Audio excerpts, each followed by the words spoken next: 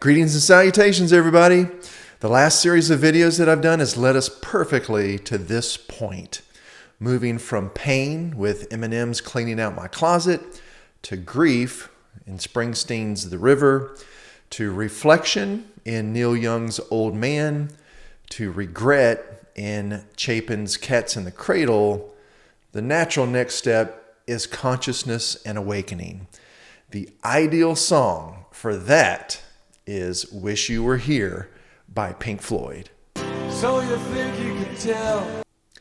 This hauntingly beautiful song isn't just about missing someone. It's about disconnection, about the deep ache of realizing that someone, or even you yourself, is emotionally gone, even when they're standing right in front of you. Released in 1975, Wish You Were Here was written as a lament, both for their former bandmate, Syd Barrett, who lost himself to mental illness, and for something more universal, the loss of innocence, authenticity, and connection in a world that had become mechanical.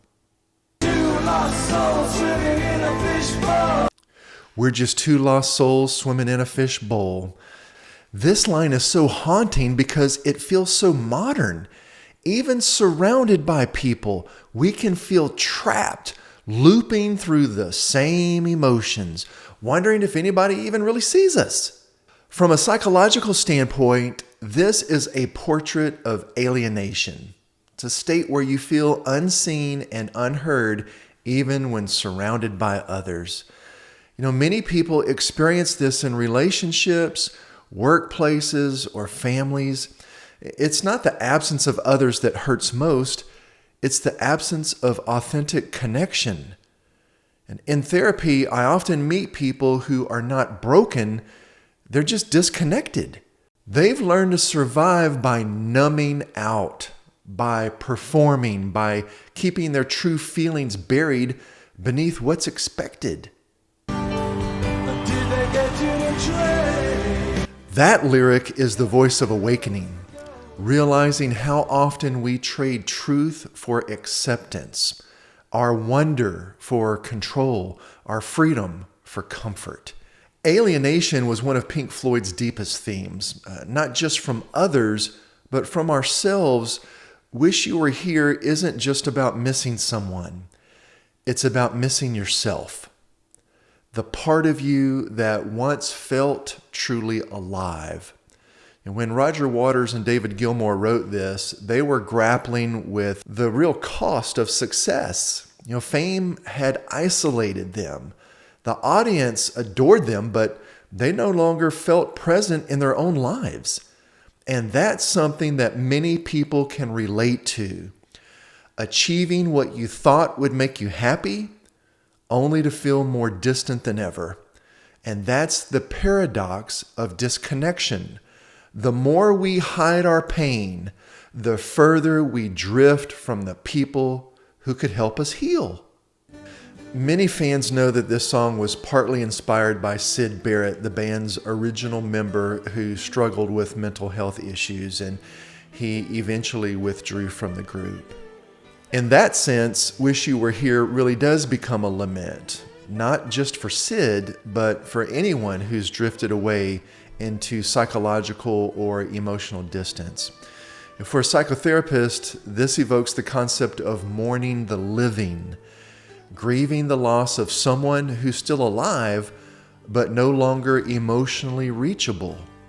That's a profound kind of loss. It's one that's rarely talked about, but deeply felt. When you listen to Wish You Were Here, notice who you think of. Someone you've lost, someone you miss, or maybe the version of yourself that you've been missing. Because sometimes healing isn't about finding someone else. It's about returning to the person you were before the world told you to harden. The moment you realize that you've been disconnected is the moment the connection starts to return. And that's what makes this song timeless. It's a limit Yes, but it's also an awakening. It says, I see how far I've drifted and I want to come home. Did you exchange? That lyric asks a piercing question.